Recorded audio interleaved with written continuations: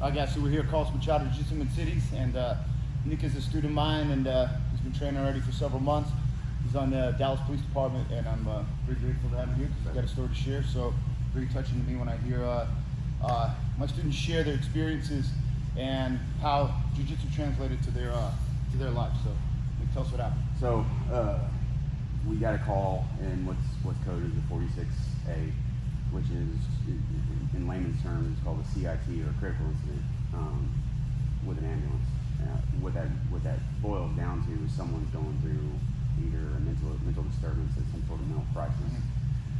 And we get just regular 46s or CITs, which is someone who's going through a mental crisis and is needing help. But with an ambulance, it usually involves someone getting injured or someone about to be injured. So what's funny is I was actually, before that call, I was doing my online training for the department, and the thing I was going through was de-escalation training. I was like, wow, this is perfect. I can put into practice what I've learned.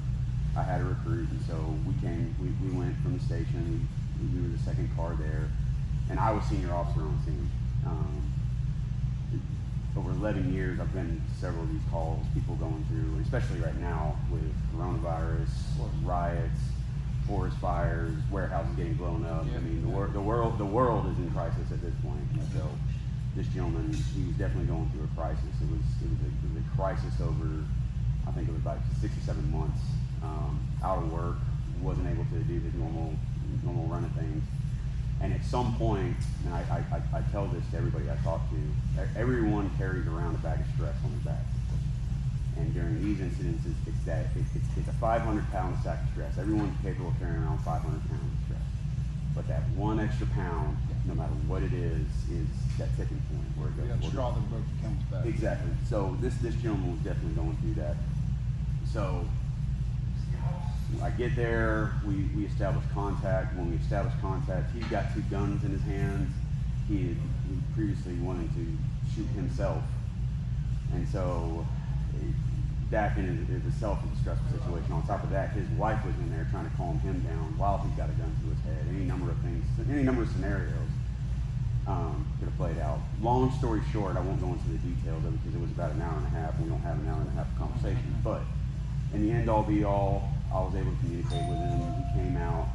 He was upset that we had to put handcuffs on him. But in the end of the day, if I lost that little bit, we gained an overall win with him being safe, him being taken to get some help, maybe some guidance to where he didn't revisit that issue today. Where I tie this into jiu-jitsu is a lot of from what I've learned from you in the past 6-7 months. Just different concepts. Get on top, stay on top, be on top. The concept of, well, what's important now? The concept of having multiple options throughout the entire ordeal. Every minute presented itself a new option. How I talk to this guy, what do I talk to this guy about? What, as police officers, we strive to be in control of the time. And what was curious about that situation is I wasn't in control of the situation. I was talking to him. The guy that was in control was the guy who I was talking to. Yeah, holding the 2 guns. And I told him that, and when I told him that, there was a momentary pause in our dialogue, and I could tell that on the other end of the phone, he was registering that, like, hey, I am in control. I'm the one that decides if I'm coming out. Yeah. And I honestly wasn't thinking about it during the ordeal. But when everything was said and done, we had him in handcuffs, we got him to the hospital and everything, and just like in here, I reevaluate everything I did in here. I reevaluate everything I did out there. And what was funny is every concept that I talked about told you that you taught and instilled on me. And not to toot your horn, you don't need any tooting of the horn, but this is the first academy, this is the first organization that didn't teach submission, win the match. It was concepts and principles that have transferred over into my life and to my work. And you and I both talked about our personal life. Absolutely. Just in my professional life too. When I look back at that incident, everything that you were telling me was, you used the word automaticity. It just happened. Yeah. And I wasn't thinking about, well, obviously I couldn't stay on top, but being on top of the situation. Yeah, it's Just the reflex. My training prior to this in the police world, my training in here, when I look back, every single one of the concepts that you taught me in here applied on that call, and then I looked at it further in the broader spectrum of things. Your life, the way you deal with relationships on a daily basis, you are doing jiu-jitsu in a form or a sense more so than just on the mat. Yeah, absolutely. That 1% you talk about every day, like I ended up having to lie to the guy, and they always tell you, well, don't lie to the guy, but I didn't lie to him in the sense that on the grand scheme of things, where his whole life was getting ruined. I lied to him to get him into a position where I could get him help. Sure. And so while I wasn't happy that I didn't follow the guidelines that they pound in our head with that, I was happy to reach a peaceful culmination to it. And he might have hated my guts at the moment, but I'd like to think today he woke up, because last night he was ready to come up with a final solution to really a temporary problem. Yeah. And coronavirus, the riots, people going out of work, what I would like everybody to realize, and you'll see it in jiu-jitsu too. I've been smashed by you and under really, really gnarly situations, like, wow, this really sucks. But as my professor, you don't end the fight right there, even though you could. You give me the opportunity in life and in work. I try to find out, like, you got to remind yourself, there's all bad things are temporary problems, but there's also temporary solutions to. There's only one final solution to everything, and that's our passing. Yeah, of But course. everything from your born date and your end date, that dash in the middle is really, meme lord over here. That dash in the middle is nothing more than a conglomeration of temporary uncomfortableness and your solutions and your escape to that uncomfort. You know, I've learned more so even off the mat that life is just a series of problems and issues that we're presented, and it's our responsibility to find solutions for those problems. It's not how many times we fall, it's how we're able to get back up and keep moving, as I always say, forward. I think what's truly amazing is, you know, you give me credit for how much you learned from me, but I can't express to you how much I learned from you. I have an immense amount of respect and admiration for the sacrifice you make, for putting yourself in harm's way every single day. I cannot imagine the amount of pressure and stress that you must endure, not only on the job, but even off the job, especially when you have an opportunity to decompress, even if you can. And I'm so incredibly grateful that this academy and coming to train gives you an outlet, somewhere where you can grow. And to hear your story, it gives me such massive inspiration, because I do truly have to say that if there were anybody I know to whom this concept is applicable, as I said the other day, you know, your life is defined by really two numbers and a dash in the middle: the year you were born and the year you died. And we're all gonna get that number, that final number, and that is gonna be the year we die. And when we meet our maker, whoever that may be, we're gonna have to explain why we're proud of that dash in the middle, because that is what's gonna define our life. And if there were ever anybody that is the embodiment of somebody who should truly be proud of their dash in the middle, and I know that you're still in your 30s, is definitely you, brother. I am incredibly grateful for your commitment, for your training, for your dedication, and for how much I've learned from you. You know what I'm saying? And from what I gather here is that in the situation that you explained, is that the automaticity combined with your 11 years training on the job, combined with what you learned here, is that you're able to flow with a situation that at every moment is going to be changing.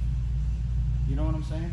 Because you're dealing with somebody that ultimately has the control. You have almost no control of whether or not he pulls the trigger until you feel you can get some sort of leverage, I'm sure. And I think that unfortunately suicide is more so about control, because for a lot of people that don't have control, like you said, between fires, between joblessness, unemployment, and the families, and this, that, the others, you know. And it just is truly, truly amazing to hear. How did you feel afterwards when you felt finally the relief of that? A lot of frustration.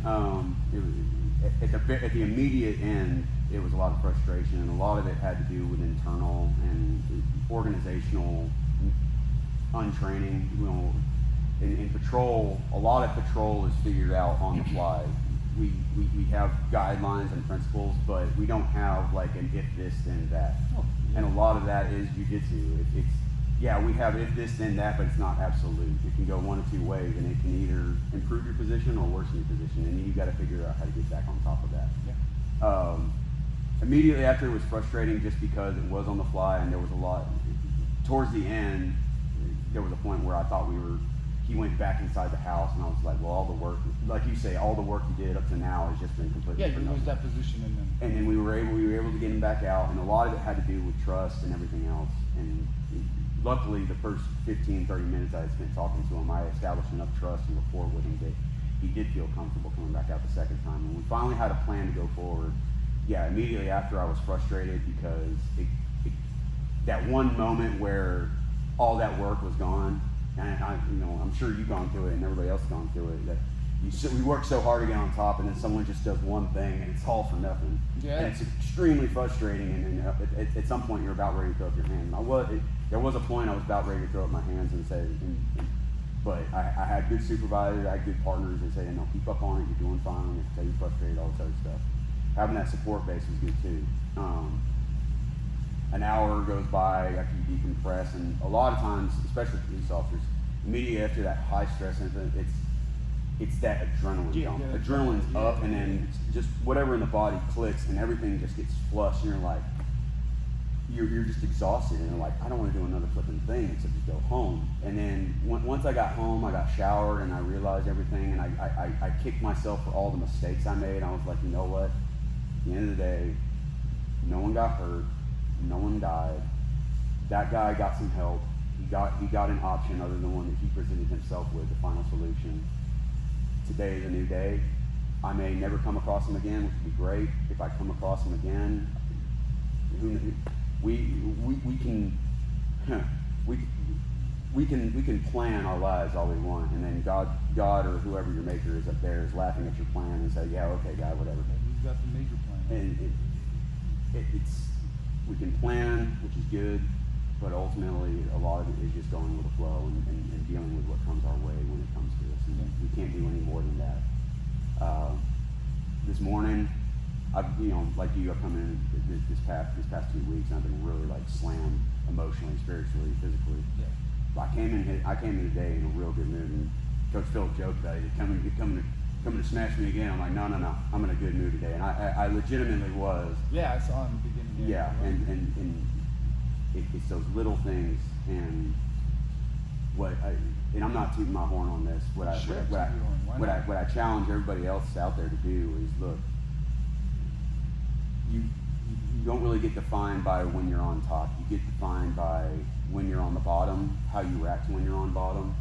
And if you can help others along the way when you're down, that right in and there itself, that's character. And I don't think there's anybody out there that can argue. If you're able to, even if at your lowest point, if you're able to help others, even at your lowest point, you're paving the way to whatever you're paving the way to that end date, and that end date is paved with gold. I agree 100%.